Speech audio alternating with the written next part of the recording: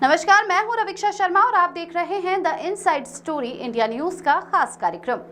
देवास जिले के सतवास वन परिक्षेत्र अंतर्गत बालिया बीट के कक्ष क्रमांक 321 में स्थापित 20 हेक्टेयर क्षेत्रफल के वृक्षारोपण क्षेत्र में एक अत्यंत गंभीर एवं चिंताजनक अग्निकांड की घटना सामने आई है। ये वही क्षेत्र है जिसमें लगभग 10,000 पौधों का रोपण किया गया था और जिसे वन विभाग ने विशेष परियोजना के अंतर्गत संरक्षित किया था। अग्निकांड इतना भीषण था कि देखते ही देखते 3 से 4 एकड़ क्षेत्रफल में लगे पौधे पूरी तरह से जलकर नष्ट हो गए। इसके अतिरिक्त सन्निकट वन क्षेत्र भी आग की चपेट में आ गया, जिससे जैव विविधता और पर्यावरण पर गंभीर संकट उत्पन्न हो गया है। हैरान करने वाली बात यह रही कि इस कक्ष में चौकीदार भी नियुक्त था और फायर लाइन निर्माण कार्य भी हाल ही में पूर्ण कराया गया था, जिसका उद्देश्य था किसी भी प्रकार की आगजनी की स्थिति में आग को फैलने से रोका जा सके। ऐसे में प्रश्न उठना स्वाभाविक है कि यदि चौकीदार और फायर लाइन दोनों सक्रिय थे तो फिर आग फैलने की अनुमति कैसे मिली। स्थानीय सूत्रों का दावा है कि फायर लाइन का कार्य और फायर वॉचर का कार्य बीट की देखभाल करना एवं किसी भी आपातकालीन स्थिति की सूचना उच्च अधिकारियों को देना होता है, किंतु ये कार्य वास्तव में केवल कागजों तक ही सीमित रहा और भूमि पर प्रभावी क्रियान्वयन नहीं किया गया। यदि फायर लाइन सही ढंग से तैयारी की जाती तो आग इस प्रकार भयावह तरीके से नहीं फैलती। इससे वन विभाग की गंभीर लापरवाही स्पष्ट रूप से उजागर होती है। वन विभाग का प्राथमिक कर्तव्य वन संपदा की रक्षा एवं संवर्धन करना होता है, किंतु देवास जिले के विभिन्न वन क्षेत्रों में हाल ही के दिनों में जिस प्रकार से एक के बाद एक आगजनी की घटनाएं घटित हो रही है, उससे विभागीय कार्यप्रणाली पर गंभीर सवाल खड़े हो रहे हैं। घटना के बाद जब सतवास के वन परिक्षेत्र अधिकारी से संपर्क करने का प्रयास किया गया तो उन्होंने पत्रकारों के कॉल उठाना भी मुनासिब नहीं समझा। इसके पश्चात उप वन मंडल अधिकारी कन्नौज से संपर्क करने की कोशिश की गई, परंतु उनका मोबाइल भी स्विच ऑफ मिला। स्थिति की गंभीरता को देखते हुए जब डीएफओ देवास से चर्चा के लिए संपर्क किया गया तब भी कोई संतोषजनक प्रतिक्रिया प्राप्त नहीं हुई। उच्च अधिकारियों द्वारा इस प्रकार की उदासीनता और संवादहीनता से संदेह और गहरा हो गया कि कहीं इस प्रकरण में कोई गंभीर अनियमितता तो नहीं छिपाई जा रही है।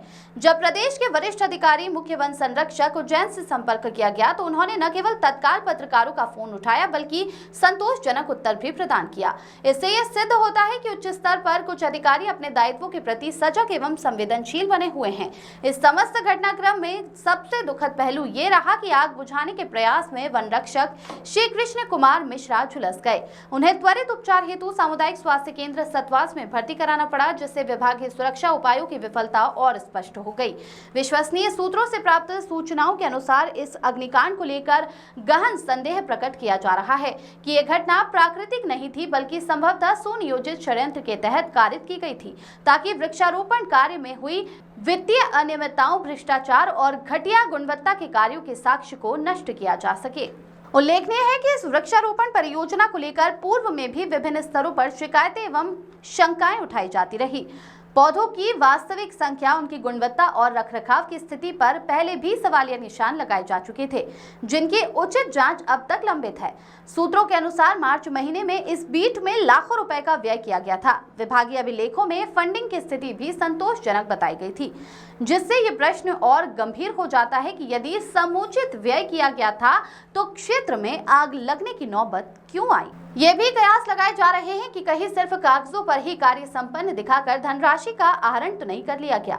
यदि वास्तव में कार्य नहीं हुआ तो क्या इस तथ्य को छुपाने और जांच से बचने के लिए सुनियोजित तरीके से अग्निकांड कराया गया। इस संभावना से इनकार नहीं किया जा सकता। अब समस्त सच्चाई का परीक्षण प्राथमिक अपराध रिपोर्ट के प्रकाशन पर निर्भर करेगा। यदि रिपोर्ट निष्पक्षता से तैयार की जाती है तो इस षड्यंत्र का पर्दाफाश संभव हो सकेगा, अन्यथा एक और गंभीर भ्रष्टाचार की घटना अंधकार में दबा दी जाएगी।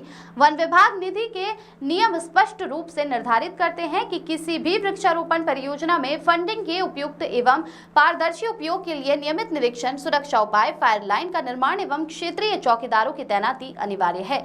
किंतु इन सबके बावजूद इस घटना का घटित होना नियमों की घोर अवहेलना का परिचायक है। वन संरक्षण अधिनियम 1980 तथा भारतीय वन अधिनियम 1927 के तहत तहत जंगल में जानबूझकर आग लगाना एक दंडनीय अपराध है, जिसमें कठोर दंड का प्रावधान है। यदि जांच में षड्यंत्र सिद्ध होता है तो संबंधित दोषियों के विरुद्ध आपराधिक प्रकरण पंजीबद्ध होना अनिवार्य है। इतना ही नहीं, वन विभाग के आंतरिक सेवा नियमों के अनुसार यदि किसी अधिकारी या कर्मचारी द्वारा लापरवाही अथवा भ्रष्टाचार किया गया हो तो उनके विरुद्ध अनुशासनात्मक कार्रवाई प्रारंभ की जा सकती है, जिसमें निलंबन, सेवा समाप्ति अथवा अन्य दंडात्मक कदम शामिल है। वर्तमान प्रकरण में आवश्यक है कि एक उच्च स्तरीय स्वतंत्र जांच समिति का गठन कर समस्त दस्तावेजों, व्यय अभिलेखों, कार्यों की भौतिक स्थिति और फायर लाइन निर्माण की वास्तविकता का परीक्षण किया जाए, ताकि दोषियों को चिन्हित कर विधि सम्मत कार्रवाई सुनिश्चित की जा सके। आखिरकार जंगल केवल लकड़ी, पौधे या भूमि का संग्रहण नहीं होते, अपितु संपूर्ण जैव मंडल की धरोहर है, जिनकी रक्षा प्रत्येक नागरिक और प्रत्येक अधिकारी का नैतिक एवं कानूनी दायित्व है। यदि आज इनकी रक्षा में चूक या भ्रष्टाचार सहन किया गया तो भविष्य में हमारे पर्यावरणीय संकट और भी विकराल होंगे।